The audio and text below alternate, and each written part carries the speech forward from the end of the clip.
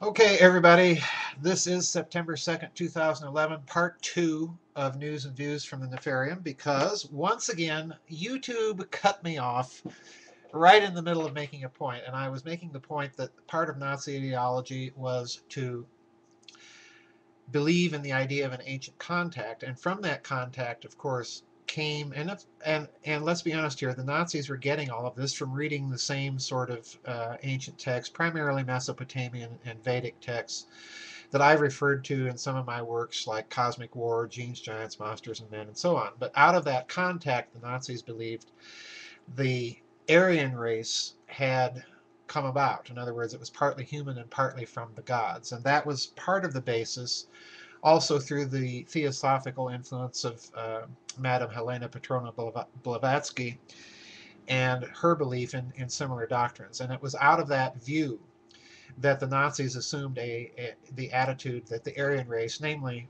the Teutons, the Germans, were a master race, and therefore everybody else that was mingled with the rest of humanity and lower races was therefore an inferior race. So that ideology injects itself into this international mix during the war, or pardon me, prior to the war, and then during the war, as the Nazis realized they are losing the war, they reestablish those ties with the American component of this international power structure. And that adds the fuel, in my opinion, to the idea that this structure begins to view itself as a kind of a breakaway civilization, to use the UFO researcher Richard M. Dolan's term. And I think it's an excellent term to describe what's taking place. You have a power structure that has already, to a certain extent, pulled away from the societies that it exists within. And you add that very potent Nazi mix to that fuel, and you have even more of an impetus for that American German connection to view itself as pulling away.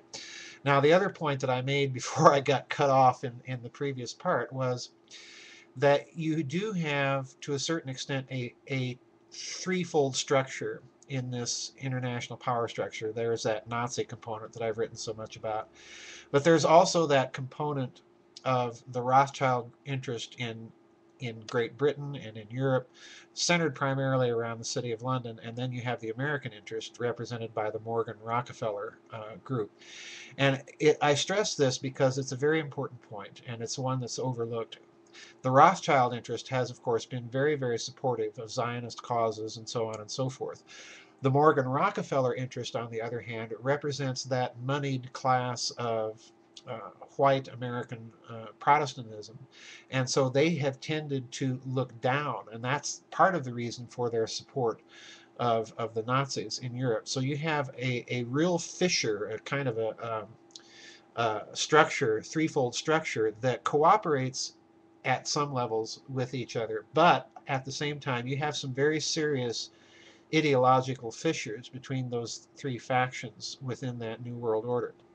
Now, the reason I say all this is I want again to remind people that Dr. DeHart and I are going to be addressing some aspects of this problem in the book that we're co-authoring, and then the book I'm writing by myself, which is another book in the Nazi series. It's, as I say, it's a necessary book. It's not a terribly exciting book, but it's a necessary book to describe this power structure, how it emerged, why we can actually view this as a kind of a breakaway civilization rather than simply a group working in secret to lord it over everybody else. And part of the clue is in their ideology. Part of the clue is in the fact that they've structured themselves as a kind of a financially independent network from the societies that they're in, and therefore they're able to sponsor activities on their own. They're able to promote policies on their own, oftentimes over the opposition of the governments